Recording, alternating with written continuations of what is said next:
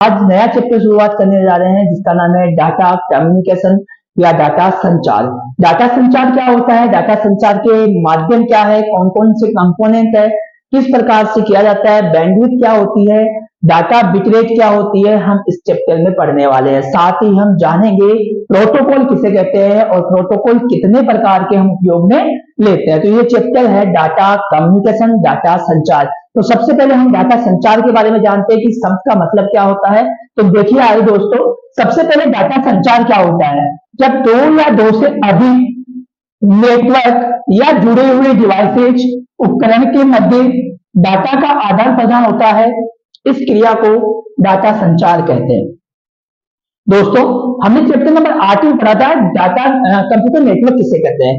जब दो या दो से अधिक कंप्यूटर या विभिन्न उपकरण एक दूसरे से जुड़ते हैं और वो डाटा को शेयर करते हैं तो उसे डाटा नेटवर्क कहते हैं। लेकिन शेयर करना, उस डाटा को शेयर कैसे किया जाता है, वो प्रोसेस डाटा संचार कहलाती है। तो कंप्यूटर नेटवर्क में दो या दो से अधिक कंप्यूटर नेटवर्क या जुड़े हुए डिवाइसेस के मध्य जब डाटा का आदान प्रदान होता है तो इसे कहते हैं हम डाटा संचार।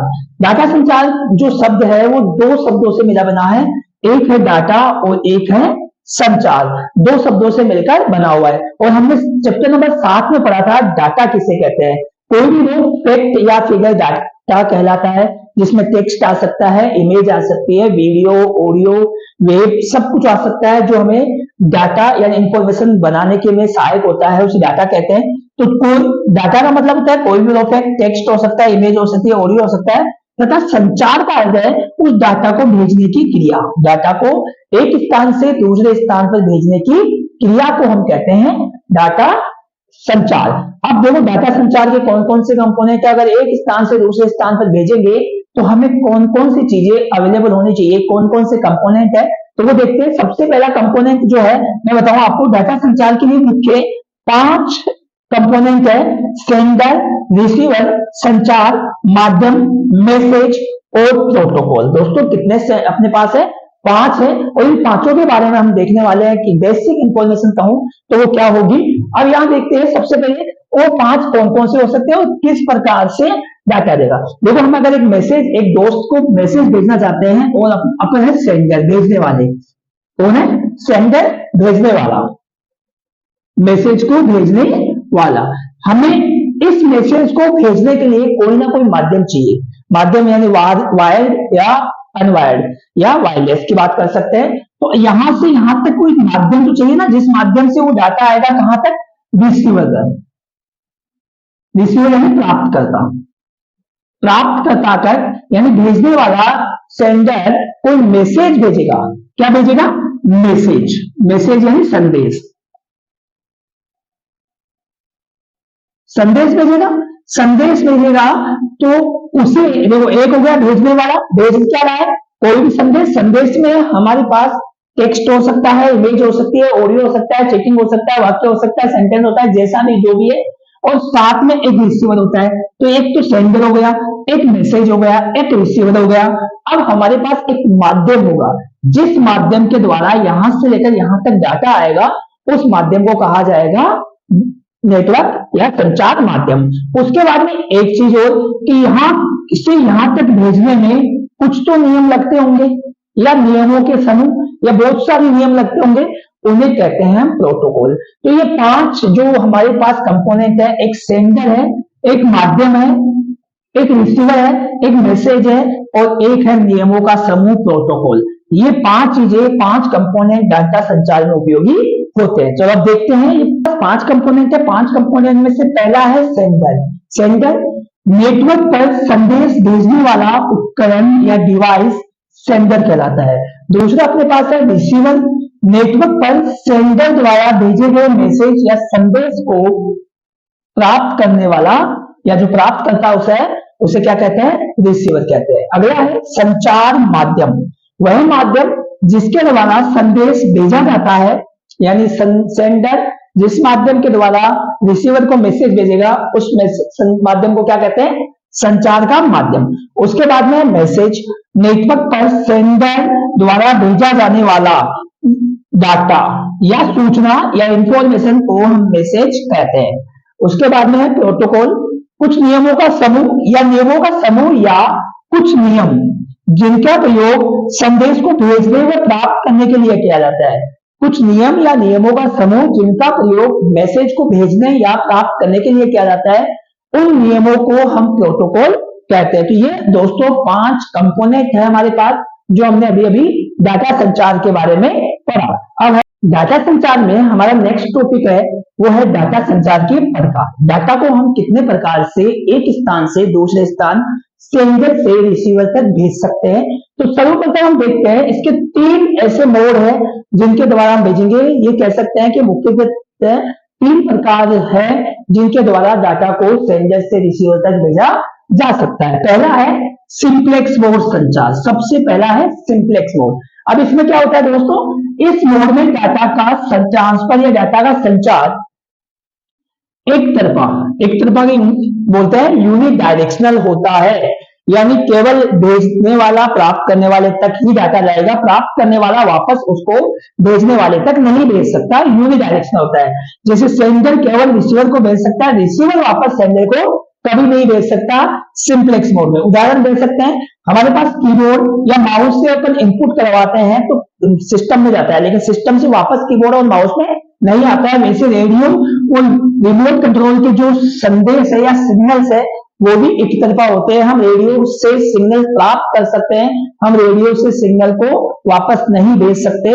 तो एक तरफा जो होता है उसे कहते हैं सिंप्लेक्स मोड संचार। आप डुप्लेक्स मोड है, देखो इसमें क्या होता है, इसमें डाटा का संचार 2 तरफा बाय डायरेक्शनल होता है, परंतु एक समय में एक ही तरफ डाटा का ट्रांसफर हो सकता है। दोस्तों अगर कहीं से सिंगल रेलवे लाइन जा रही हो तो उसमें एक समय में एक ही तरफ से गाड़ी आ सकती है और दूसरे समय में दूसरी तरफ से। आ तो दोनों तरफ से है, इधर से भी आ सकती है और इधर भी आ सकती है, लेकिन एक समय में केवल एक ही आ सकती है सिंगल लाइन पर। तो हम वही बात करेंगे। तो यहाँ हाफ डुप्लेक्स क्या कहता है कि इसमें दोनों तरफ से मैसेज को भेजा जा सकता है, सेंडर से रिसीवर को, रिसीवर को सेंडर से, परंतु हमारे पास यहाँ पे एक समय में एक ही तरफ से मैसेज भेजा जाएगा। उदाहरण जो है वॉकी टॉकी आपने देखा होगा रेलवे सिस्टम में, पुलिस लाइन में बहुत बार गार्ड वगैरह होते हैं, वो एक दूसरे से एक टेलीफोन की तरह जो निकला हुआ होता है उससे वॉकी टॉकी से बातचीत करते हैं, तो उससे ऑल एंड आउट बोलता है ना, तो उससे यहाँ पे हमारे पास वॉकी टॉकी से अपन इसको एग्जाम्पल दे सकते हैं। उदाहरण अपन दे सकते हैं कि सेंडर और रिसीवर दोनों तरफ से डाटा भेज सकता है, लेकिन एक समय में एक ही भेजेगा। तीसरा अपने पास है, हम दोस्तों फुल डुप्लेक्स की बात करेंगे। किसकी बात करेंगे? फुल डुप्लेक्स मेथड की। फुल डुप्लेक्स क्या कहता है, इसमें डाटा का संचार एक ही समय में सेंडर से रिसीवर और रिसीवर से सेंडर, यानी 2 तरफा हो सकता है एक ही समय में। यहाँ एक समय में नहीं, एक समय में केवल एक तरफा, लेकिन यहाँ एक समय में दोनों तरफा हो सकता है। अपन मोबाइल पे बात करते हैं या टेलीफोन लाइन पे बात करते हैं तो दोनों तरफ से बराबर एक साथ बोल सकते हैं, ये इसका एग्जांपल है। जैसे दोस्तों यहाँ गौर करोगे तो यहाँ से भी डाटा ट्रांसफर हो रहा है और यहाँ से भी डाटा ट्रांसफर कर रहा है और एक ही समय में कर रहा है। तो यह है 3 मोड ऐसे थे जहां डाटा का ट्रांसफर यानी डाटा संचार हो सकता है। पहला हमारे पास सिंप्लेक्स मोड जिसमें केवल एक ही तरफ डाटा ट्रांसफर होता है।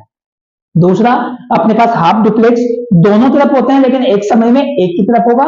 और तीसरा है फुल डुप्लेक्स मोड या डुप्लेक्स मोड भी बोलते हैं इसको केवल।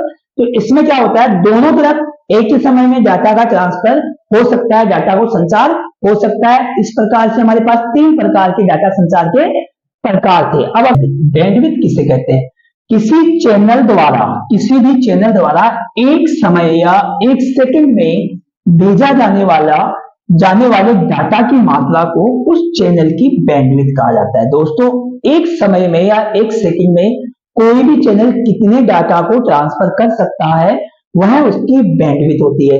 जैसे मान लो दोस्तों ये एक पाइप है जिसकी बैंडविड्थ कम है तो डाटा कम भेजेगा, और एक बड़ा पाइप है दोस्तों ये जिसकी बैंडविड्थ ज्यादा है तो डाटा ज्यादा भेजेगा। तो अब यहाँ पे जितनी ज्यादा कैपेसिटी बैंडविड्थ होगी किसी भी चैनल की वो उतनी ही ज्यादा डाटा को ट्रांसफर करेगा। तो हम यहाँ बात कर रहे हैं कि बैंडविड्थ किसे कहते हैं? किसी भी चैनल द्वारा एक सेकंड में भेजे जाने वाले डाटा की मात्रा उस चैनल की बैंडविड्थ कहलाती है। यह किसी चैनल के माध्यम से डाटा को प्रसारित करने के लिए उपलब्ध फ्रीक्वेंसी है। फ्रीक्वेंसी का मतलब वही मैंने जो पाइप का टुकड़ा बताया कि कितना ज्यादा बड़ा चौड़ा होगा तो उतना ही ज्यादा पानी आएगा, तो फ्रीक्वेंसी कहलाती है, या उसे क्या कहेंगे, बैंडविड्थ की फ्रीक्वेंसी बताती है। किसी चैनल की बैंडविड्थ जितनी अधिक होती है उतनी ही डाटा ट्रांसफर रेट अधिक होती है। यह हमने ऊपर वाले से देखा कि अगर बैंडविड्थ ज्यादा है तो डाटा ट्रांसफर भी ज्यादा होगा, और इसको हर्ट्ज से मापा जाता है। किससे मापा जाता है? हर्ट्ज एक इकाई है जिससे मापा जाता है। इसको एच कैपिटल और जेड स्मॉल से प्रदर्शित किया जाता है। और यहाँ देखो 1000 हर्ट्ज को हम 1 किलो हर्ट्ज कह सकते हैं, और 1000 किलो हर्ट्ज को अपन 1 मेगा हर्ट्ज कह सकते हैं। 1 मेगा हर्ट्ज में कम से कम हम कह सकते हैं कि 1000 गुणा 1000 बराबर 1 किलो हर्ट्ज को अपन बोल सकते हैं केवल हर्ट्ज। 1 मेगा हर्ट्ज को, इसको अपन इस तरह रिप्रेजेंट कर सकते हैं। अगला अपना है data transfer rate. Data transfer rate क्या कहलाती है? किसी चैनल द्वारा 1 सेकंड में सेंडर और रिसीवर के मध्य भेजी गई बिट्स की संख्या को उस चैनल का डाटा ट्रांसफर रेट कहते हैं। डाटा ट्रांसफर रेट का मतलब है एक समय या 1 सेकंड में कितना डाटा हम एक स्थान से दूसरे स्थान तक भेज रहे हैं, और डाटा को बिट्स में काउंट करते हैं। हमने बताया कि कितने बिट्स हम एक स्थान से दूसरे स्थान तक भेज रहे हैं सेकंड पर, तो उसे कहते हैं बिट रेट या डाटा ट्रांसफर रेट। इसे बिट रेट भी कहा जाता है। इसको बीपीएस बिट्स पर सेकंड में मापा जाता है। तो दोस्तों देखो 1024 बीपीएस यानी बिट्स पर सेकंड मिलती है, तो 1 किलो बीपीएस मिलती है, बनती है केबीपीएस। उसके बाद में 1024 केबीपीएस बात करें तो 1001 एमबीपीएस बनती है। उसके बाद में 1024 एमबीपीएस की बात करें तो 1 जीबीपीएस बनती है, और 1024 जीबीपीएस की बात करें तो 1 टेराबिट पर सेकंड बनती है, टीबीपीएस बनती है। तो ये हमारे पास बैंडविड्थ और बिट रेट पर सेकंड की बात कर रहे हैं। अब है वो है हमारे पास स्विचिंग टेक्निक। आईएनजीओ लगाना, स्विचिंग टेक्निक्स। स्विचिंग टेक्निक्स क्या होती है वो हम यहाँ जानने वाले हैं। किसी नेटवर्क में विभिन्न नोड्स के माध्यम से डाटा को राउट करने की जो क्रिया होती है उसको स्विचिंग टेक्निक कहा जाता है, या इस टेक्निक के द्वारा डाटा को राउट किया जाता है। राउट का मतलब एक स्थान से दूसरे स्थान पर भेजा जाता है। हमने जब राउटर को पढ़ा था चैप्टर नंबर 10 में, तब हमें पता लगा था कि राउटर एक डिवाइस है जो सिग्नल्स को, एक कमजोर सिग्नल को बदलकर उसको राउट करता है दूसरे स्थान पर, एक स्थान से दूसरे स्थान पर। तो ये क्या करता है, डाटा को राउट करने के लिए इस तकनीक का प्रयोग किया जाता है। यह डाटा को विभिन्न नोड्स पर भेजने के लिए एक टेम्परेरी रूट बनाती है, एक पथ बनाती है, टेम्परेरी रूट बनाती है कि डाटा को एक स्थान से दूसरे स्थान पर उसके निश्चित स्थान पर कैसे भेजा जाए उसके लिए। इसको निम्न 2 भागों में बांट सकते हैं। इसको विभाजित किया गया है 9 तकनीकों में। जो मुख्य तकनीक है वो है सर्किट स्विचिंग और दूसरी है पैकेट स्विचिंग। पहली है सर्किट स्विचिंग और दूसरी है पैकेट स्विचिंग। तो आओ देखते हैं। सबसे पहले स्विचिंग टेक्निक 2 प्रकार की होती है, उसमें सबसे पहली है हमारे पास सर्किट स्विचिंग। इसमें डाटा संचार के शुरू होने से पहले सेंडर और रिसीवर के मध्य एक पथ की पहचान की जाती है, और यह पथ नोड्स के मध्य एक लिंक से जुड़ा क्रम होता है। दोस्तों अगर मुझे सेंडर और रिसीवर के मध्य अगर डाटा का ट्रांसफर करना है तो उससे पहले मुझे डाटा जाएगा किस रास्ते से, ये पहचान सर्किट स्विचिंग की जाती है कि इधर से जाएगा, किधर होते हुए जाएगा, या कहां से डायरेक्ट जाएगा। तो ये जो रूट है इसकी पहचान किसके द्वारा की जाती है, हमारे सर्किट स्विचिंग के द्वारा। और ये एक प्रकार से लिंक होता है। लिंक्स का क्या होता है, सीरियल होता है, एक दूसरे से जुड़े होते हैं बहुत सारे नेटवर्क टावर के माध्यम से। तो ये उस प्रकार से हमारे पास मैसेज जाता है कि मान लो कि ये पहले इस माध्यम से एक टावर के पास गया, दूसरा यहाँ टावर के पास गया, तीसरे टावर के पास गया, और फिर डाटा जाता है। तो ये जो रास्ता है ये पथ होता है। टेलीकम्युनिकेशन सिस्टम में अपन ने देखा होगा कई बार फोन अपना ये कहता है कि आप वेट कीजिए, हम आपका प्रयास कर रहे हैं कॉल को अगले के पास पहुंचाने की। तो जब तक वो प्रयास करते हैं इसका मतलब वो पथ ढूंढ रहे होते हैं। तो हमारे पास है क्या होता है, नोड्स के मध्य एक लिंक का जुड़ा क्रम होता है। डाटा के समूह या डाटा के टुकड़ों को पैकेट्स कहा जाता है। अगर बड़ा डाटा होता है तो उसके टुकड़े कर दिए जाते हैं, छोटे छोटे टुकड़ों में विभाजित किया जाता है, उसे कहा जाता है पैकेट्स। और इन पैकेट्स जो है इस सर्किट स्विचिंग में जो पाथ हम डिसाइड करते हैं उसी के द्वारा सेंडर से रिसीवर तक भेजते हैं डाटा को। सेंडर और रिसीवर के मध्य डाटा का आदान प्रदान होता है। और हम दोस्तों दूसरा देख रहे हैं, जो भाग है वो है पैकेट स्विचिंग। पहली सर्किट स्विचिंग पढ़ी, उसमें रूट को हम फाइंड करते हैं पहले और उसके बाद में डाटा को भेजते हैं, डाटा के पैकेट्स को भेजते हैं। इसमें क्या होता है, ओनली पैकेट्स, पैकेट्स क्या होता है, डाटा के टुकड़े या डाटा के समूह को हम पैकेट्स कहते हैं। इन्हीं पैकेट्स को सेंडर से रिसीवर के मध्य भेजने के लिए अलग अलग पथ, यानी एक से ज्यादा रास्तों का, एक से ज्यादा माध्यम का प्रयोग किया जा सकता है, अलग अलग रूट का प्रयोग कर सकते हैं। इसमें प्रत्येक पैकेट्स की बात करें तो पैकेट्स के ऊपर दो भाग होते हैं, हर एक पैकेट के दो भाग होंगे। पहला होगा हेडर।